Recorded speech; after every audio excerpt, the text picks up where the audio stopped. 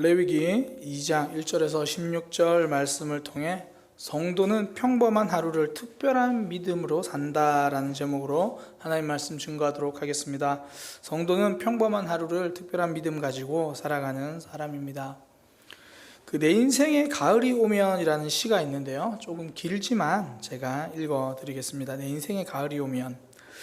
내 인생의 가을이 오면 나는 나에게 물어볼 이야기들이 있습니다.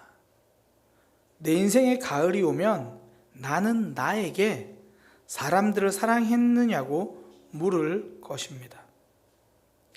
그때 가벼운 마음으로 말할 수 있도록 나는 지금 많은 사람들을 사랑하겠습니다. 내 인생의 가을이 오면 나는 나에게 열심히 살았느냐고 물을 것입니다.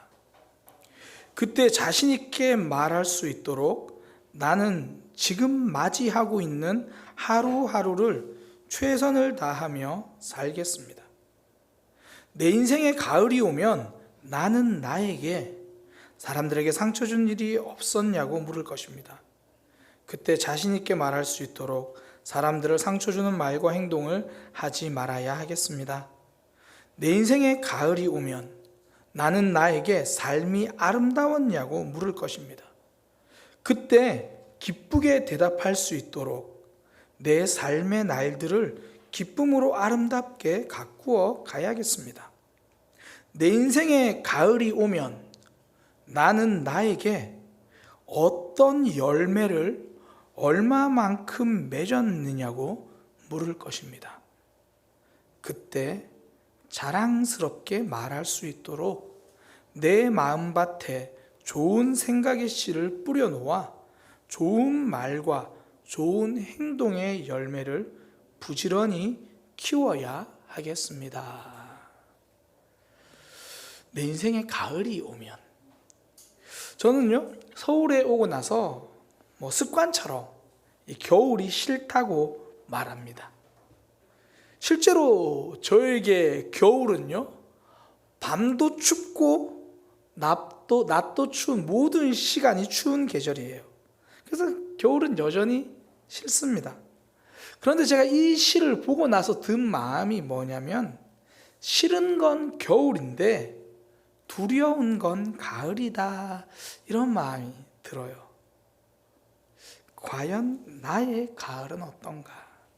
벌써 6월도 이제 절반 넘게 지났잖아요. 이제 6, 7, 8월 뜨거운 여름이 지나면 가을 바람이 불 것입니다. 그 가을 바람은 우리에게 어김없이 질문합니다. 올해는 어떤 열매를 맺었는가? 그럼 이렇게 대답하겠죠. 작년과 올해는 코로나였어요. 코로나를 견디느라 다른 열매를 준비할 겨를이 없었네요. 올해는 유독 몸이 많이 아팠어요. 올해는 시험을 준비하느라, 취업을 준비하느라 여유가 없었네요. 우리 아이가 시험 준비하느라 우리 집안에 아픈 사람이 있어서 내 삶을 살아갈 여유가 없었어요. 삶이 바빠서 삶을 놓칠 때가 있습니다. 삶이 아파서 삶을 놓칠 때가 있습니다. 모지스 할머니라고요, 미국에서 화가로 지내셨는데 76세에 처음으로 붓을 잡고 그림을 그리신 분이에요. 그 전까지 이제 농사 일을 하셨는데 76세쯤 되니까 더 이상 팔에 힘이 없어서 농사를 못 지으시겠다 그러면서 그 연세에 생애 처음으로 붓을 잡고 그냥 그림을 그리기 시작하신 겁니다. 그 할머니가 생전에 이런 이야기를 하셨어요. 요즘엔 다들 너무 바빠서 행복할 시간이 없는 것 같습니다. 바쁘게 사느라 하루를 놓칩니다. 하루를 놓치니까 행복할 시간도 놓칩니다. 신앙생활도요, 하루를 놓치니까 성장할 시간, 깊어져야 할 시간, 열매 맺는 신앙을 놓치기 시작합니다. 큐티 전문가들이 하는 이야기 있어요. 큐티 전문 강사들이 큐티에 대해서 이야기하면서 큐티에서 제일 어려운 것은 묵상이 아니다, 이렇게 이야기를 해요. 성경을 읽고 이해하는 것이 아니다, 그렇게 이야기를 해요. 뭐 저랑 같이 이제 큐티 세미나 하셨던 분들은 목사님 그게 제일 어려워요. 뭐라고 써야 할지 모르겠어요. 아니요, 더 어려운 거 있어요. 큐티에서 가장 어려운 건요, 매일 하는 겁니다. 매일 하는 것이 가장 어렵습니다. 반대로 말하면요, 그 매일 하는 것이 그만큼 힘이 있습니다. 일상이 쌓이면 능력이 되기 때문입니다. 우리는 이걸 생활의 달인이라는 프로그램 통해서 잘 알잖아요. 그 생활의 달인, 그 답심리 현대시장에 있는 군만두도 그 생활의 달인에 나왔었다고 하더라고요. 제가 실제로 그 방송을 보려고 인터넷으로 찾아봤는데 저는 못 찾겠더라고요. 어쨌든 나왔었대요. 제가 일부에 오신 분들한테 확인하니까 진짜 나왔대요. 제가 방송 나왔는지 모르겠는데 저는 맛있더라고요. 저는 기름에 튀긴 건 다 좋아하긴 하니까 되게 맛있어요. 근데 사실 그 만두 속을 보면요, 굉장히 단순해요. 그러니까 훌륭한 레시피가 만들어낸 달인은 아니라는 거예요. 매일매일의 삶이 만들어낸 달인이죠. 실제로 생활의 달인 프로그램 보면 정말 세월이 만든 달인들이잖아요. 세월이 만든 장인들이잖아요. 그 요즘 이제 은행원들은 돈을 셀 때 이제 기계가 쭉 세는데, 예전에는 은행원들이 이제 그 손으로 세잖아요. 착착착착 탁 이렇게 치는. 그 일부 예배 때 그 최현희 집사님 오셨길래 제가 여쭤봤어요. 그 최현희 집사님도 예전에 이렇게 돈을 손으로 세면서 딱 잡으면 얼마인 줄 알았냐고 물어보니까, 그때는 딱 잡으면 얼마인 줄 안돼요. 딱 잡으면 얼마다 제가 물어봤어요. 요즘도 아냐고. 요즘은 잘 모른대요. 그래서 제가 일부 때도 말씀드렸는데, 이게 최은희 집사님이 감이 좋아서 그런 게 아니고요, 오랫동안 그렇게 돈을 만지니까 그 세월의 익숙함이 정말 뛰어난 감각의 능력을 만들어 내는 거거든요. 믿음의 달인도요, 일상이 쌓여서 만들어지는 거예요. 한 번 엄청난 헌신을 했다고 믿음의 달인이 되는 게 아니에요. 이걸 잘 보여주는 왕이 남유다의 솔로몬 왕이에요. 솔로몬이 그 아버지 다윗의 뒤를 이어서 왕이 되고 나서 엄청난 예루살렘 성전을 건설하잖아요. 건설하고 나서 하나님 저 이거 했어요, 저 잘했죠, 그런 마음으로 하나님께 기도하거든요. 그때 하나님께서 솔로몬에게 하신 말씀이, 이 성전이 어찌 나를 감당하겠느냐, 이런 게 중요한 거 아니다. 오로지 말씀대로 살아라, 율법대로 살아라. 엄청난 한 번의 헌신이 신앙생활이 아니라는 거예요. 매일매일 순종하고 말씀 붙들며 살아가는 삶, 그것이 진짜라는 거죠. 솔로몬은 그거 실패했잖아요. 엄청난 업적은 있었는데 매일 쌓아가는 삶은 없었습니다. 믿음의 달인은요, 엄청난 헌신에서 나오지 않습니다. 하루하루 삶이 쌓여갈 때 만들어지는 거예요. 그래서 오늘 우리가 성경을 읽은 이 소제, 이 제사가 참 중요한 게요, 레위기에서 두 번째로 나온 제사가 소제잖아요. 소제는 이거 곡식을 드리는 제사거든요. 그러니까 곡식을 반죽해서 뭐 빵처럼 이렇게 구워가지고 드리는 제사입니다. 근데 이 곡식으로 드리는 이 제사는요, 가장 큰 특징이 뭐냐면 재물을 구하기 쉽다라는 거예요. 흔히 우리는 제일 작은 단위의 재물을 이제 비둘기라고 생각하는데요, 이 밀가루는 비둘기보다도 싸요. 이 당시에 이제 뭐 교환하는 게, 비둘기 한 마리가 밀가루 한 2리터 정도 돼요. 2리터면 굉장히 많은 양의 빵을 만들 수 있습니다. 그 비둘기를 잡지 못해도, 비둘기를 살 힘이 없어도 집에 있는 밀가루 한 움큼이면 하나님께 제사할 수 있다라는 거예요. 그리고 오늘 본문에 보니까 하나님이 그것을 향기롭게, 귀하게, 아름답게 받으신대요. 형편 때문에 드리지 못하는 제사는 없다라는 거예요. 어떤 형편이라도 하나님께는 제사할 수 있다라는 거죠. 다른 말로 어떤 상황에도 성도는 제사를 드리는, 하나님 앞에 예배하는 신앙생활을 하는 사람이라는 겁니다. 이 신앙생활의 지속성이 힘든 까닭은, 우리 하나님 앞에 계속 지속적으로 서기 힘든 까닭은요, 이유가 계속 생기기 때문이에요. 지금은 고3이어서, 지금은 시험 기간이어서, 지금은 취업 준비해야 돼서, 지금은 결혼 준비해야 돼서, 결혼하고 지금 임신해서 몸이 힘들어서, 애 태어나서 얼마 되지 않아서 목사님 사춘기를 키워보세요. 정말 힘들어요. 예배 은혜는요, 아침에 다 싸우고 와서 다 쏟고 나는데요, 근데 그 애가 사춘기를 끝났는데도 아직 싸움이 끝나지 않네요. 계속 이유 때문에, 그 이유 때문에 지속성이 힘들어지는 거예요. 믿음의 일상성이 무너지기 시작하는 겁니다. 톨스토이의 유명한 소설 안나 카레니나, 그 소설은 소설만큼이나 첫 문장이 굉장히 유명하거든요. 저도 설교 때 여러 번 인용했는데, 행복한 가정은 모두 비슷하지만 불행한 가정은 모두 저마다의 이유로 불행하다. 이게 소설의 첫 문장입니다. 행복한 가정들이 행복한 이유는 다 비슷하대요. 그런데 불행한 가정을 보면 그 이유가 전부 천차만별이라는 거예요. 전 이걸 이렇게 설명하고 싶어요. 각각 이유에 다 걸려 넘어지기 시작하면 행복을 이어갈 틈이 없는 거예요. 이유 없는 삶은 없습니다. 단지 그 이유에 매 순간 걸려서 넘어지는 삶이냐, 아니면 부부가 함께 그 이유를 이겨내고 견뎌내고 전진하는 삶인가. 그러니까 내 믿음이 성장하고 있는가, 이거 보는 가장 쉬운 방법이 뭐냐면요, 내 믿음이 자꾸 이유 때문에 주저앉고 멈추고 있는가, 아니면 이유가 있어도 박차고 전진하고 있는가, 그거 보면 돼요. 뭐 단순하게 생각하면 되잖아요. 처음 교회를 나오기 시작하면 한 주 예배 나오고 나면 그 다음 주에 못 나올 이유가 생깁니다. 또 그렇게 나오는데 한 달 정도 교회 나오다 보면 한 번쯤은 교회에 못 나갈 이유가 생깁니다. 뭐 몸이 아프든지 집안에 일이 생기든지 뭐 등산을 가야 한다든지 아니면 잠을 자야 한다든지, 그러니까 못 올 이유가 생기는 거죠. 근데 믿음이 자라나면 점점 그 이유를 이겨내기 시작하는 거거든요. 그렇게 주일을 이유를 이겨내고 나면 어느 순간 자꾸 우리 구역 교사가 금요기도 좋다고 하니까 한번 나와볼까? 처음 나왔어요. 그 다음 주까지 나오기 또 쉽지 않아요. 이유가 생기거든요.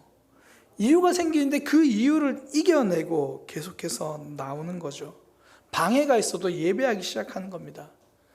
그렇게 이유를 이기는 믿음은요, 쉽게 무너지지 않습니다. 원래 땅이 아무리 좋아도요, 식물을 계속 옮겨 심기 시작하면 그 식물은 자라지 못합니다. 열매 맺지 못합니다. 그래서 위험한 게 이 기도원 신앙, 그 수련회 신앙, 이런 게 굉장히 위험해요. 이 성장하지 않는 학생회, 청소년부 학생회의 특징이 뭐냐면 그러니까 수련회 때만, 방학 때만 부흥하는 그런 학생회. 그러니까 겨울 방학 시작되면 겨울 수련회를 하거든요. 그러면 애들이 열심히 수련회 참석하고 부모님이 걱정될 만큼 교회 생활 열심히 해요.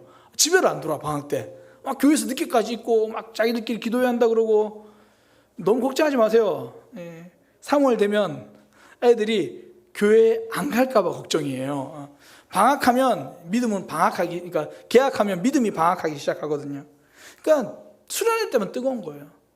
그렇게 있다가 뭐 5월달, 6월달 되면 애들이 교회 한둘씩 막 안 나오기 시작하다가 또 이제 7월 말에 그 수련회 가면 또 뜨거워져서 방학을 그렇게 보내고. 그러니까 수련회 때만 뜨거우니까 그 학생회는 성장하지 않는 거죠. 그러니까 수련회 신앙입니다. 또 기도원 신앙은 이런 거죠. 어떤 사람은 힘든 일이 있으면 기도원 가서 기도를 해요. 저도 청년 때 이제 그런 분들을 보면 처음에는 신앙이 정말 대단하다 그 생각을 했거든요. 왜냐하면 하나님께 모든 문제를 맡기는 것 같으니까. 내 삶에 문제가 생기면 그거 들고 이제 기도원 가서 또 월요일부터 뭐 목요일까지 열심히 기도하고 내려오더라고요. 와, 대단하다. 지금 생각하니까요, 문제가 있을 때마다, 힘든 일이 있을 때마다 그렇게 기도원 찾아가는 건요, 일상에서 문제를 이길 힘이 없다라는 거예요. 그러니까 기독교 신앙은 일상성이거든요. 일상에서 하나님과 동행하는 겁니다. 이걸 가장 잘 보여주는 예 중에 하나가 성막이잖아요. 이스라엘 백성들이 광야 길을 걸어갈 때 하나님은 이스라엘 백성들에게 성전을 지으라고 그러지 않고 성막을 만들으래요. 텐트요. 텐트를 만들어서 이스라엘 백성들과 함께 이동하시는 거예요. 그들의 삶에 동행하시는 거죠. 늘 함께 계시는 겁니다. 일상성이죠. 이것이 우리 삶의 신앙이고 진짜 믿음입니다. 제가 지난주 이제 설교할 때 우리의 신앙을 하나님 앞에 숨길 수 없다는 이야기를 함께 말씀으로 나눴잖아요. 그러면서 그런 말씀 드렸어요. 우리는 자녀들을 다 몰라도 자녀들은 우리를 다 안다고. 그러면서 자녀들에게도 숨기지 못하는 내 신앙 하나님께 어떻게 숨기겠느냐, 제가 이제 그런 말씀을 함께 나눴어요. 그 예배 마치고 몇몇 집사님들과 대화하다가 이런 이야기를 했습니다. 하나님이 나를 어떻게 보시나 궁금하면 가장 좋은 방법은 자녀들이 내 신앙을 어떻게 보고 있나, 이거면 가장 정확하다고. 이게 진짜라고. 신앙은 일상성이라고 해서 그래요. 신앙은 내 일상에서 드러나는 거기 때문에 틀리지 않습니다. 그래서 제가 제 아내를 자주 괴롭히는 질문이 있어요. 제가 설교 때도 말씀드린 기억이 나는데, 저희는 이제 주로 대화를 밤에 잘 자다 누웠을 때 대화를 하거든요. 아내는 자려고 누워있으면 제가 말을 슬쩍 걸어요. 여보 자요? 그럼 이제 사람 잠들려고 했는데 싶어서 쳐다보면 제가 뜬금없는 질문. 당신은 저를 존경하나요? 물어요. 제가 한 4개월에 한 번씩은 그냥 시마다 때마다 계절 지나갈 때마다 묻는 것 같아요. 당신은 저를 존경하나요? 그러니까 저는 항상 그런 마음이 있는 거예요. 제 신앙생활이 아내에게 인정받지 못한다면 그건 가짜다. 그러니까 제가 여러 번 말씀드린 기억이 나는데요. 아내에게 존경받지 못하면서 성도들에게 존경받고 있다면 제 삶은 가면무도인 거예요. 일상성이 없는 거잖아요. 믿음은 일상성입니다.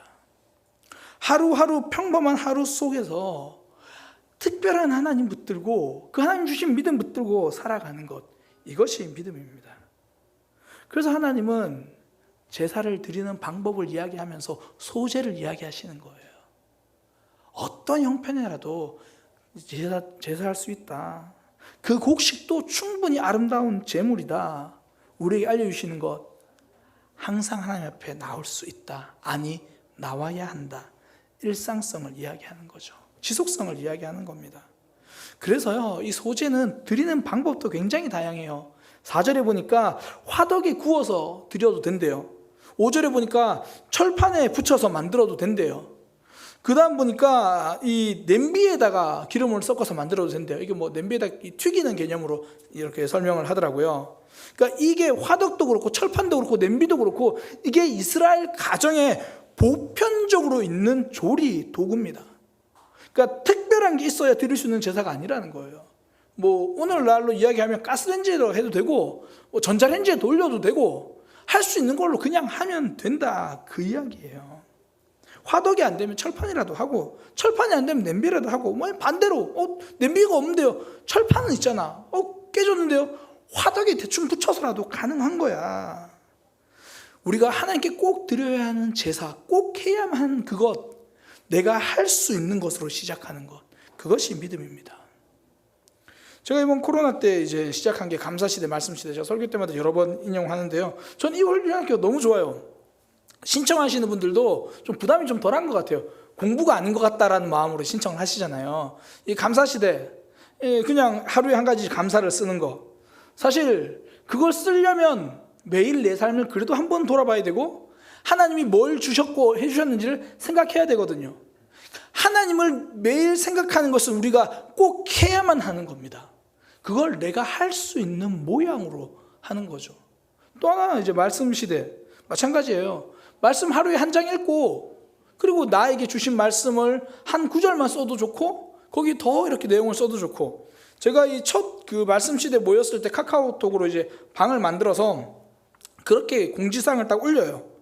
매일 한 장씩 읽고 도전이 되거나 위로가 되는 말씀, 나에게 답이 되고 마음에 와닿는 말씀을 올리시거나 어떻게 도전되고 어떻게 위로가 되었는지 구체적으로 적어주셔도 됩니다. 이렇게 말하면 오해하실까봐 다시 적어요. 1. 한 장을 읽는다. 2. 좋은 구절이나 마음에 와닿는 구절을 올린다. 3. 혹시, 제가 얼마나 친절한 목사예요. 혹시라는 단어를 넣었어요.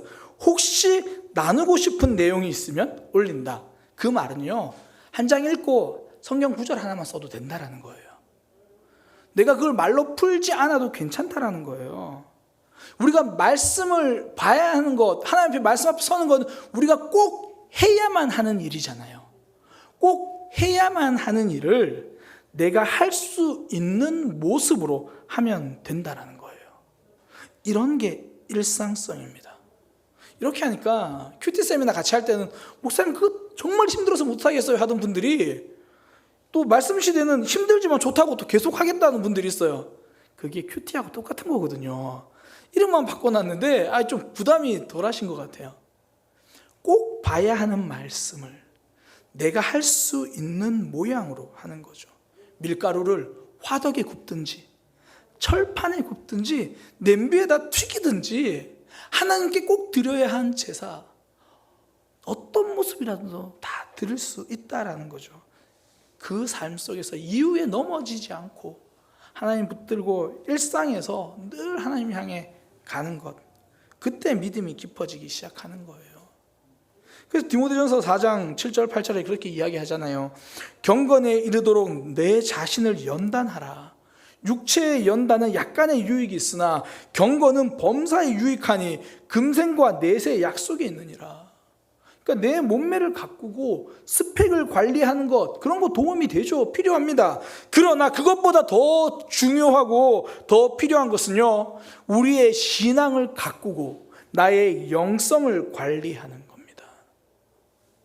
미국의 프로야구 메이저리그에서 평범한 투수들, 정말 뛰어난 투수들 말고요, 메이저리그는 평범한 투수도 공을 던지면 공이 손에서 떠나가지고 포수한테 도착하는 시간이 0.35초에서 0.4초래요.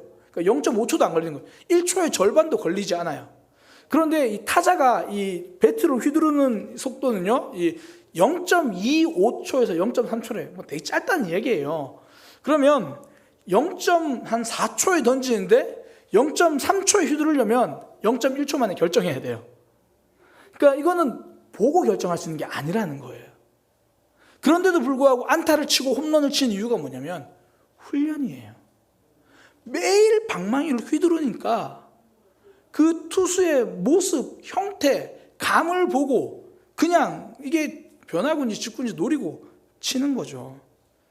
끊임없이 훈련했기 때문입니다. 사단이 던지는 시험을 이겨내는 방법은요, 각자에게 맞는 방망이를 들고 매일 끊임없이 경건을 휘두르는 거예요. 경건의 방망이를 휘두르는 거, 그제야 이길 수 있습니다. 매일 말씀 읽기로 했으면 한 장이라도, 아니 한 절이라도, 매일 기도하기로 했으면 3분이라도, 아니 1분이라도, 새벽기도 나가지는 못하니까 말씀이라도 들어야지, 그러면 그냥 틀어놓고 있기라도 내가 해야 하는 믿음의 훈련 매일 끊임없이 할 때 사단의 유혹과 시험이 날아와도 저 멀리 쳐낼 수 있다는 거예요. 소절을 통해서 우리가 기억해야 될 것, 믿음의 일상성입니다. 어떤 상황에도 변함없이 하나님을 붙드는 것, 어떤 이유에도 넘어지지 않고 내가 해야 할 수 있는, 내가 해야 할 것, 할 수 있는 대로 하는 거예요. 또 하나가 뭐냐면 소절을 통해서 우리에게 알려주는 게 신앙은 마음이 중요하다라는 겁니다. 재물이 아니라 마음이라는 거예요. 그러니까 소나 양이나 그런 거 아니어도 된다. 심지어 비둘기 한 마리를 못 드려도 된다. 가루 한 움큼이면 된다. 고운 가루라고 해서 특별히 준비된 게 아니고요. 이게 문맥상 의미가 일상에서 그냥 부쳐서 먹는 그런 가루를 이야기합니다. 그러니까 우리가 먹는 그 한 움큼도 하나님께서 받으신다라는 거예요. 마음을 보시겠다는 겁니다. 큰 것 드렸다고 온전히 드렸다는 의미가 아닙니다. 마음을 다해 드릴 때 온전히 드린 겁니다. 제가 참 성도님들이나 이렇게 우리 교회뿐 아니라 믿음 생활하시는 분들을 만날 때마다 죄송하고 감사한 오해가 하나 있어요. 목사라서 굉장히 많은 것을 헌신했다고 오해해 주시는 분들이 있어요. 그렇지 않아요. 제가 새벽기도 나오는 거, 제가 주일 예배 나오는 거, 설교 준비하고 말씀 묵상하는 거 목사니까 하는 거죠. 제 삶에서 그렇게 공적으로 드려지는 예배 시간 외에 제가 하나님을 붙드는 시간이 없다면 저도 온전히 드려진 삶이 아니죠. 겉보기에 많은 시간 교회에 있다고 해서 하나님께 온전히 드리는 것 아니라는 겁니다. 우리는 근데 자꾸 보이는 크기에 집중을 해요. 보이는 것이 그럴듯하면 나의 속의 내용도 그럴듯하다고 착각을 하는 거예요. 그래서 형식은 맞추는데 그 형식 속에 있는 마음을 놓칠 때가 많습니다. 신앙은요, 형식 지키기가 아닙니다. 마음 지키기입니다. 형식은 마음을 지키기 위해서 있는 거예요. 그런 거잖아요. 하나님 앞에 예배해야겠는데 늘 예배한다고 하니까 어떻게 예배하지? 그걸 잘 모르니까 일주일에 한 번 모여가지고 순서에 따라 찬양하고 순서에 따라 기도하고 말씀 듣고 그렇게 하는 거잖아요. 그 형식이 있으니까 우리의 내용이 지켜지는 거거든요. 그렇지만 출석이 목적은 아닙니다. 드림이 목적이에요. 형식의 마음을 담는 것이 진짜죠. 제가 아는 한 이제 집사님이 그런 이야기를 제가 좀 들었습니다. 그 교회 목사님이 이 사회에 대해서, 이 사회 현상에 대해서 굉장히 관심이 많으신 목사님이래요. 그래서 설교를 하시는데 설교 시간에 절반은 정치 이야기고 절반은 동성애 이야기고 차별금지법이 없어져야 된다는 그 얘기만 설교 시간 한 시간을 설교를 하시는데 45분을 그 이야기를 하신대요. 그러면서 설교하다가 또 중간중간에 다음 하시는 말씀이 생각이 안 나서 한참을 생각하다가 뭐지 그러다가 이렇게 설교를 하신대요. 그러니까 그분 이야기가 그러다 보니까 너무 예배가 힘들다는 거죠. 그래서 처음에는 뭐 많은 예배를 다 참석하다가 이제는 딱 11시 오전 예배만 가고 오후 예배도 안 드린대요. 근데 같이 신앙생활하는 이제 교사가 그런 이야기를 하더래요. 사실 나도 힘들어. 그런데 나는 오후 예배 가는 이유가 하나님께 시간을 드리러 가는 거야. 하나님께 시간을 드리려는 마음으로 가는 거야. 그분은 11시 예배 드렸으니까 주일은 지켰으니까 그 형식에 만족할 때 나도 힘들지만 나는 그 시간 하나님께 시간을 드리는 시간이야. 형식만 지키며 참석한 것이 아니라 하나님께 마음을 드리기 위해 삶을 드린 거죠. 우리 교회도요, 뭐 설교가 전체 예배 한 시간적으로 절반이 돼요. 그런데 말씀, 이 설교가 예배 전부가 아니잖아요. 말씀 시간에 늦지 않고 세이브했다고 예배의 세이브이 아닙니다. 예배 드리는 데 마음이 중요한 거죠. 마음이 세워지면요, 형식이 따라오게 되어 있습니다. 제가 아는 목사님이 그런 얘기를 하더라고요. 삶이 예배라고 말하는 사람이 일주일에 한 번 드리는 예배가 정상적으로 드려지지 않는다면 그 삶의 예배는 가짜다. 그러니까 일주일에 그 드리는 삶, 제대로 보이는 예배에 성공하지 못하면 삶의 예배에 성공할 수 없다. 그렇게 이야기를 하더라고요. 실제로 저도 어릴 때 교회에서 그렇게들 교육을 받고 자랐어요. 예배 시간에 다리 꼬아서 앉는 거 아니다. 예배 시간에 물 마시거나 뭐 가지고 와서 하는 거 아니다. 어릴 때는 그게 형식이고 율법처럼 느껴졌는데 그게 참 지금 생각하면 맞다라는 마음이 참 많이 들어요. 그러니까 율법적으로 그렇게 지켜야 한다는 의미가 아니라 내 마음을 하나님 앞에 정결하게 세우니까 내 몸도 내 다른 형태도 그렇게 달라지는 거죠. 마음을 지키면요, 형식도 따라오게 되어 있습니다. 그래서 하나님이 소재 드릴 때 누룩과 꿀을 섞지 말라고 하는 거예요. 쉽게 말해서 변질되지 말라는 거거든요. 누룩은 변질되지 말라는 의미고 꿀도 동일합니다. 여기서 말하는 꿀이 벌꿀이 아니고요, 식물에 나오는 꿀을 이야기하는 거예요. 뭐 흔히 대추야자라고 하는 그 식물에 나오는 그런 시럽, 그런 것들 넣지 마라. 의미는 변질되지 마라, 그런 얘기예요. 반면에 소금을 넣어라, 이것도 마찬가지예요. 이 소금은 부패 방지 이런 게 아닙니다. 이 당시에는 소금이 굉장히 비쌌어요. 뭐 부패 방지로 소금으로 절여놓고 이러시는 거 아니에요. 근데 소금이 언약의 상징이에요. 서로 상호간에 계약 맺을 때 서로 소금을 두고 계약을 맺는 거거든요. 그러니까 마음을 잘 지켜라, 그런 의미죠. 하나님은 우리에게 마음을 잘 지켜라, 마음을 뒤로 후퇴시키지 마라, 그 이야기를 하시는 겁니다. 6.25 전쟁이 끝날 무렵, 휴전 협정이 될 무렵, 그때 정말 많은 병사들이 죽었습니다. 지금 이 고지를 점령하지 않으면 휴전 협정 이후에 이 땅이 북쪽으로 넘어가니까 그걸 지키기 위해서 오늘은 빼앗겼다가 하면 밤이면 다시 찾고 또 반대로 낮이면 찾았다가 밤이면 놓치는, 그렇게 수없이 많은 군인들이 죽는 것, 그 전선을 지켜요. 그래야 우리 땅이 되니까. 전선이 한 번씩 하나씩 뒤로 물러나기 시작하면 땅이 줄어드는 거죠. 신앙생활도요, 내 마음의 전선 지키는 겁니다. 사단에게 하나 둘씩 양보하기 시작하면 어느 순간에 전선이 뒤로 물러져 있는 거죠. 전 제가 가지고 있는 생각 중에 좀 버려야 되는데라는 생각 중에 하나가 뭐냐면, 굉장히 좀 나이스한 목사로 좀 기억되고 싶어요. 그러니까 무슨 이야기냐면 성도들이 신앙생활 하다가 예를 들어 계속 새벽기도 나오시는 분이 새벽기도 못 나오면 아우 힘드시니까 그럴 수 있지. 이제 그런 모습으로 비춰주고 싶은 거죠. 그러니까 예를 들어 집사님 새벽기도 나오셔야죠. 왜 빠지셨어요? 계속 나오셔야지. 기도하신다면서요? 계속 하셔야지. 이러면 좀 뭔가 요즘 젊은이들 표현으로 좀 꼰대 목사 같아서 이런 거 말고 좀 약간 나이스한 모습이고 싶은 거예요.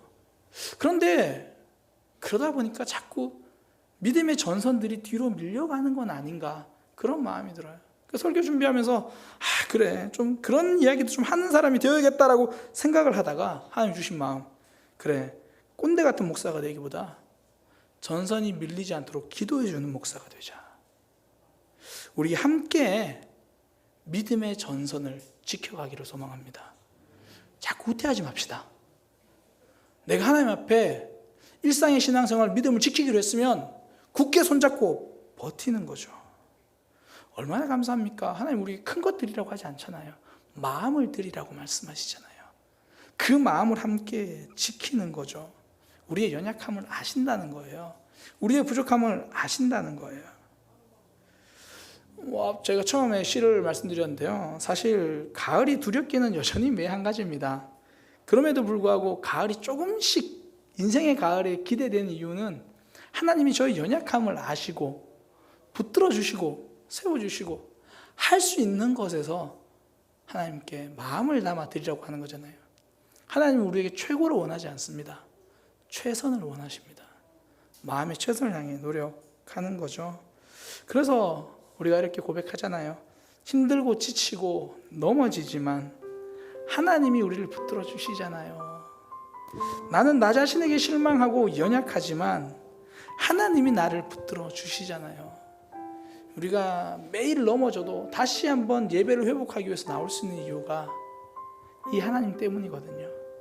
이 하나님 우리를 붙들어 주시기 때문이거든요. 늘 매일 살아가는 삶에서 하나님 붙들고 승리하기를 소망합니다. 하나님 회복시켜주시는 그 하나님을 기대하기를 소망합니다. 최고는 못 드려도 최선의 마음을 드릴 수 있도록, 내가 꼭 해야 하는 그 신앙생활에서 내가 할 수 있는 것으로 하나님께 드릴 수 있고 하나님 앞에 설 수 있는 그런 믿음의 삶이 되기를 소망합니다. 우리 이 찬양하면서요 우리의 다짐을 좀 세웠으면 좋겠습니다.